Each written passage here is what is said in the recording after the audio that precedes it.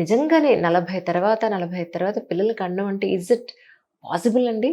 Nothing is impossible. అలా కోరుకునే వాళ్ళ శాతం ఎక్కువగానే ఉంటుంది. ఎందుకనంటే అంతవరకు చాలా అమ్మాయిలు కూడా చాలా కెరీర్ ఓరియంటెడ్గా ఉంటున్నారు.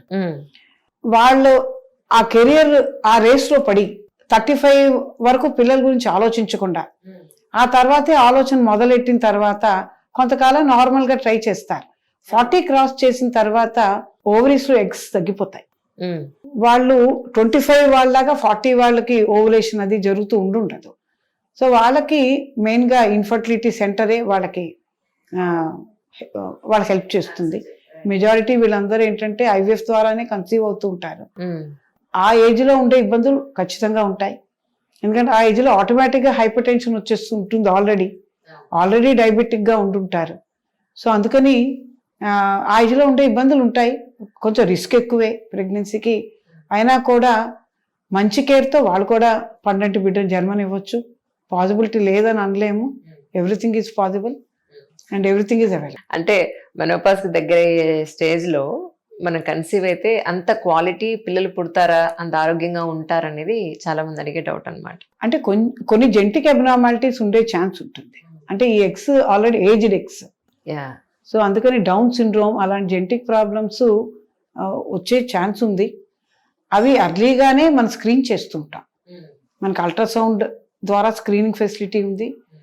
కాకుండా డబుల్ మార్కర్ అనే స్క్రీనింగ్ ఫెసిలిటీ ఉంది. సో ఆ ప్రెగ్నెన్సీస్కి ఈ స్క్రీనింగ్ టెస్ట్లు అన్నీ జరుగుతాయి. అన్నీ ఫిట్, ఈ బేబీ జెనెటికల్గా నార్మల్ అనేవే కంటిన్యూ అవుతాయి. కానీ ఒకసారి ఫ్యామిలీ ప్లానింగ్ ఆపరేషన్ అయిన తర్వాత మళ్ళీ రివర్సిబుల్ కావాలి మాకు అనుకున్న పరిస్థితుల్లో మీ దగ్గరికి వచ్చే ఉంటారు ఎవరైనా most probably. Is it possible అండి రియలీ? జనరల్గా ఇందులో 2 సెట్స్ ఆఫ్ పేషెంట్స్ వస్తారు మాకు. అలా ఒకళ్ళు ఏంటంటే ఇద్దరు చాలనుకుని ఆపరేషన్ చేయించుకుని ఉంటారు. ఒకళ్ళకి ఏదో పాపం అన్ఈవెంట్ఫుల్గా ఏదో డెత్ అయిపోవచ్చు ఒక బేబీ, వాళ్ళు కోరుకోవచ్చు, రీకనలైజ్ అడగచ్చు. ఇంకొంతమంది ఏదో ఇష్యూలో ఏదో మ్యారిటల్ డిస్ప్యూట్ ఏదో డైవర్స్ అయిపోయి they willing for second marriage, అలాంటి వాళ్ళు వస్తారు. ఈ ఇద్దరే ఎక్కువ వస్తూ ఉంటారు మన దగ్గరికి. This always a possibility. Tubes ఎక్కడైతే కట్ చేసామో, ట్యూబెక్టమీ అంటే cutting of the fallopian tube, correct. ఎక్కడైతే కట్ చేసామో అది మళ్ళీ ట్రిమ్ చేసి మళ్ళీ రీకనలైజేషన్, రీయునైట్ చేసి అది మళ్ళీ కెనలైజ్ అయ్యేలా చూడడం ఉంది.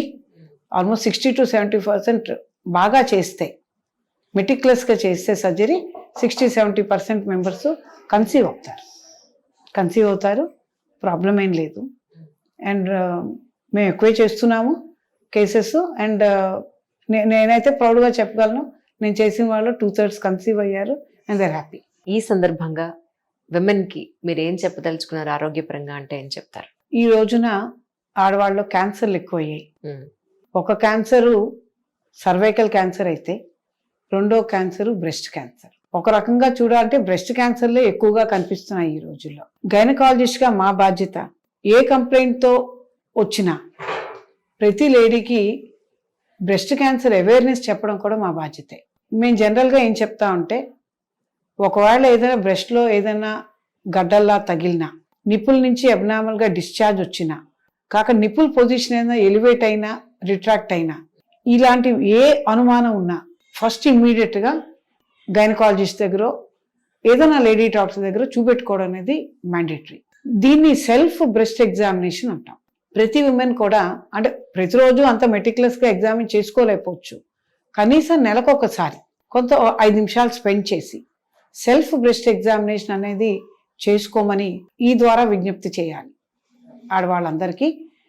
ఇంకొకటి మ్యామోగ్రామ్ అనే టెస్ట్ ఉంది. అది కూడా ఒక స్క్రీనింగ్ టెస్టే. ఇందాక మనం సర్వైకల్ క్యాన్సర్కి ప్యాప్స్మియర్ అని ఎలా అన్నామో, అలా బ్రెస్ట్ క్యాన్సర్కి మ్యామోగ్రామ్.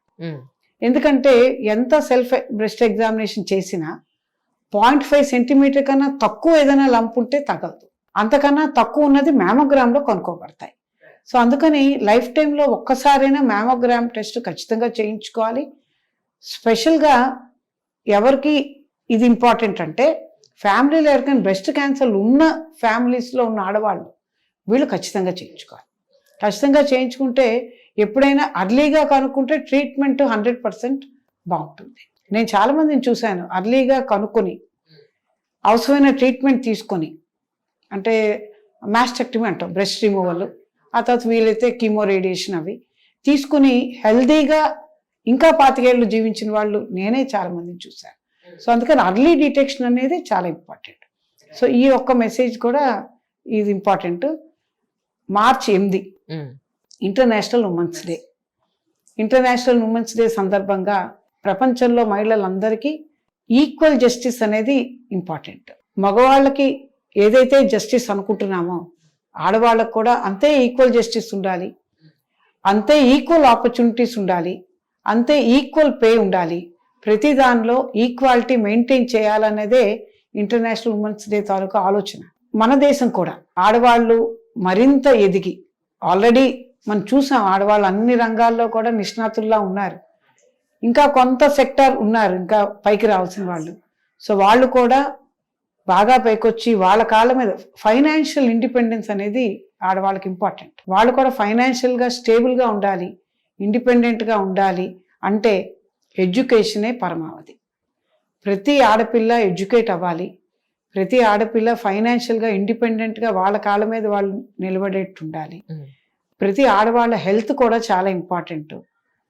అంటే నేను గైనకాలజిస్ట్ కాబట్టి నా ఏరియాలో ప్రతి మహిళ మనకి ఒక జెమ్, ఒక వజ్రం. వాళ్ళని కాపాడుకోవడం ఈ సమాజానికి బాధ్యత. అందులో గైనకాలజిస్ట్గా మా రోల్ ఏంటంటే ఎక్కువ క్యాన్సర్ బారిన పడుతున్నారు కాబట్టి ఈ 2 క్యాన్సర్ల మీద అవగాహన మరింత ఎక్కువ ఉండాలి. ప్రతి వాళ్ళు కనీసం వాళ్ళ లైఫ్ టైంలో ఒకసారి మ్యామోగ్రామ్ చేయించుకోవాలి, 3 సార్లు ప్యాప్స్మేర్ చేయించుకోవాలి. ఈ 2 క్యాన్సర్లు మనం తగ్గించినట్టయితే ఈ సమాజానికి మా గైనకాలజిస్టులు పరంగా మేము ఎక్కువ మెయిల్ చేసిన వాళ్ళు అవుతాం. We are all committed for women's health and hope in the future every women will become educated and be aware and conscious of their health. True. This is my ultimate word.